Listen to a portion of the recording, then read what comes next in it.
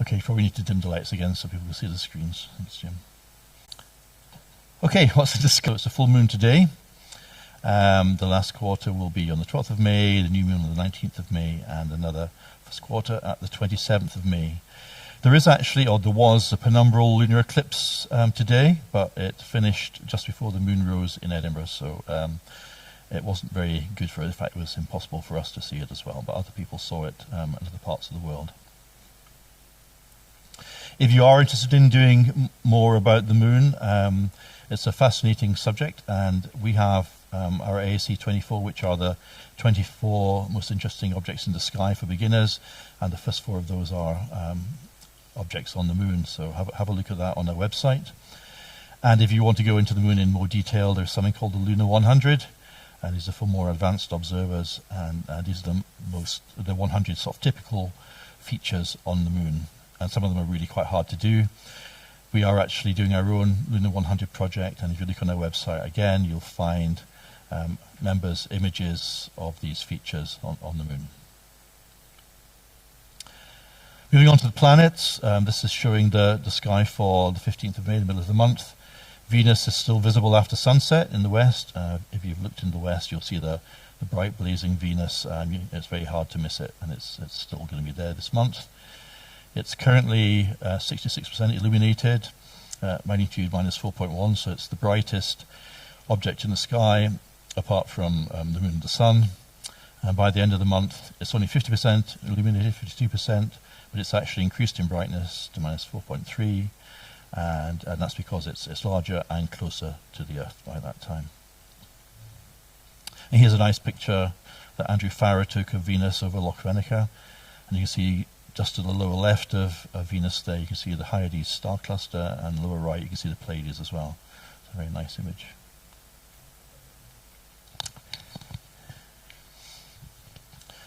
Moving on to Mars. Mars is also in the west at night and evenings.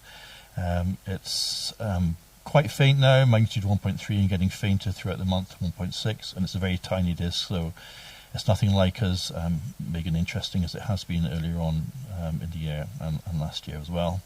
But on the 31st of the month, it will be just 1 degree away from the large open star cluster Praesepe.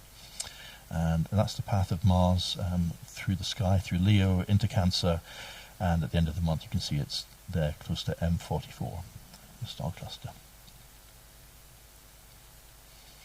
Saturn is also in our sky, but it is low down in the pre-dawn. It's not worth getting up for at the moment, to be honest. It's quite faint, but it is getting brighter again, but it's quite low down. The rings are closing up, which it does every 14 or 15 years as we cross the plane of its orbit. This is what Saturn's looking at like at the moment. The rings are quite closed up. This time next year, they'll be even more closed up. And this time in 2025, they'll actually have started to open up in the other direction again. So Saturn's nothing like as interesting when the rings are so closed up. They will be totally edge-on in March 2025, and they will be fully open again in October from Halley. But it isn't really very good, and the radiant, the point at which they appear to come from, is only really getting high enough in the sky just before dawn, so that's possibly not one thing to get up for. The April Lyrids, they were much better. They are now over. We didn't get too many interesting ones that we could see with our cameras in Edinburgh, but Radim Stano, one of our members who's in Slovakia, he caught quite a few nice ones. So I think it was much more interesting for them in Europe. We had not the best weather either, so our cameras didn't catch too many. But that's a stack of one night of his meteors, so quite impressive. We have quite a few meteor cameras in the society now. We've got about 8 or 10 even, and you'll find information and all that every night's captures you can see on our website as well, on the meteor page. There are no bright comets around at the moment either, which is very sad, but there is an interesting one that was discovered fairly recently, 2023 A3 Tsuchinshan Atlas, and it's predicted to put on a good show in 2024. The press, of course, are hyping all of that up as they like to do. It may put on a good show, it may fizzle out as it gets close to the sun and just completely fall apart, but you can never quite tell, so worth keeping an eye on it. At the moment it's really faint. I managed to capture it recently. That one small dot that's not trailed is the comet. Everything else is trailed because I stacked on the comet there, tracked the comet. Douglas Heggie also got the same. It is really faint at minus 17 Virgo. The really funny thing is on the website, Cobb's website, that gathers all these measurements of the comet. You can see there are only a few measurements in green on the bottom left there, but based on the data that we have already, it's predicting that in October 2024 it should reach minus 27 or 28, which is brighter than the sun. So if that is the case, then we're all doomed and Armageddon arrives. But I think that's down to the fact there are one or two spurious data points there. So don't take that too seriously. If we get to naked eye visibility, which we hope it will do, then that's the best we can do. But brighter than the sun, I think that's quite hard to imagine. The sun is actually very, very active at the moment, and there's lots of interest on it. Always give the warning to observe it only if you know how to do it, and it has to be safe because you will lose your eyesight if you do it wrong. It's really not worth the risk. And if you want to observe the sun, then come and ask us. We can tell you how to do it safely. We do lose full astronomical darkness now because we're entering the twilight zone, as we always do at this time of year in Scotland. So we're into sort of nautical twilight, civil twilight. Ron Morley has a specific solar telescope, specialist solar telescope, and he's producing some very nice images of solar prominences around the edge of the sun. These are a couple of his images, showing them in quite nice detail. Here's a nice full disk view in hydrogen alpha, and I mentioned globular clusters again, the M13, which we'll see a picture of shortly. Low down in the south, there's a fainter constellation of Virgo. It's a sort of a Y shape, and there's only one really bright star in there called Spica, but it's sort of a Y shape that holds a whole load of galaxies, which I'll say a little bit more about shortly as well. And over there next to Hercules is something Corona Borealis, which is the northern crown, which may come in useful tomorrow if they mislay something. And that's where it is, next to Hercules. What I hadn't realized until I saw this illustration is that Hercules is standing on his head. I didn't realize that, but who knew?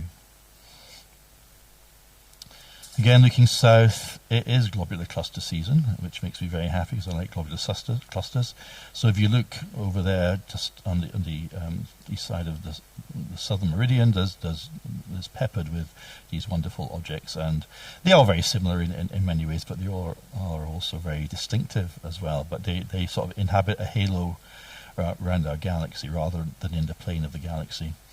And here's one of M13 that Nigel Goodman took. And another one in Hercules of M92 by John R. Anderson.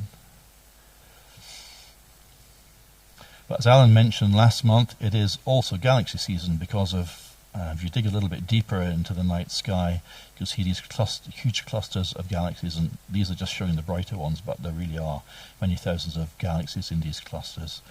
So there's no shortage of galaxies. What we're short of now is dark nights to actually see it as we enter our twilight zone. Here's a few pictures. I'm not sure if they were shown last month or not, but the Hamburger galaxy that Peter Black got, and the full Leo triplet that Bill Bonner managed to capture in Leo. Looking north now, Gemini and the winter constellations are now starting to set in the northwest. Rising in the east now, we're starting to see the summer triangle with Vega, Deneb and Altair in there, and the summer constellations. Low down, due north, we have the W of Cassiopeia, the right way up for once. And next to that is Cepheus, a constellation. It's not a very distinctive constellation, but it's beloved of astrophotographers because there's lots of interesting nebulae to photograph in there as well. And Cepheus was a king, so a very relevant one. In Cepheus, there's something called the Iris Nebula, which David Harvey's photographed. It's quite a tricky one to image. As you can see, there's lots of faint dust around about that, and also a bright central star, which makes processing quite tricky, but that's a really nice image of it. We've had quite a lot of chat on our WhatsApp group about imaging quasars, which in themselves are not very interesting to look at. They're just points of light, but what they are is actually fascinating. The huge, very active galactic nuclei. And this one, Pat Devine captured, is even more interesting. It's 8.7 billion light years away, so looking back in time, 8.7 billion years, that's more than halfway back to the beginning of the universe. This one's interesting in that it's double. It's not actually double, but it's gravitationally lensed, so it actually appears to be double. And also in Ursa Major, there's another couple of galaxies, M81, 82, which we like to image, and that's a nice image from Eros Tang. One other thing that Alan raised in his sky notes for the month is in Cygnus. There's a star called Chi Cygni, and it's a very long period variable, and it has quite a magnitude range from naked eye visibility at magnitude 4 to really quite faint at magnitude 14. And last April it reached mag 4.7, and we're hoping it will reach something bright again this May. It's currently at magnitude 6.3. And this is the light curve over the last few years of it. So as you can see, it does rise and dip quite sharply. The peaks and the troughs are at different brightness levels as well, so you never quite know what's going to happen. This is from the British Astronomical Association's database, and they've been tracking this star for quite some time. In fact, that goes down to about 1850. And each of those lines of data is a peak and a trough as well. So it's most of this was done visually without the use of CCDs or electronic devices. So a fascinating object to study. And if that comet gets that bright, then that is the end of the world. So that's it.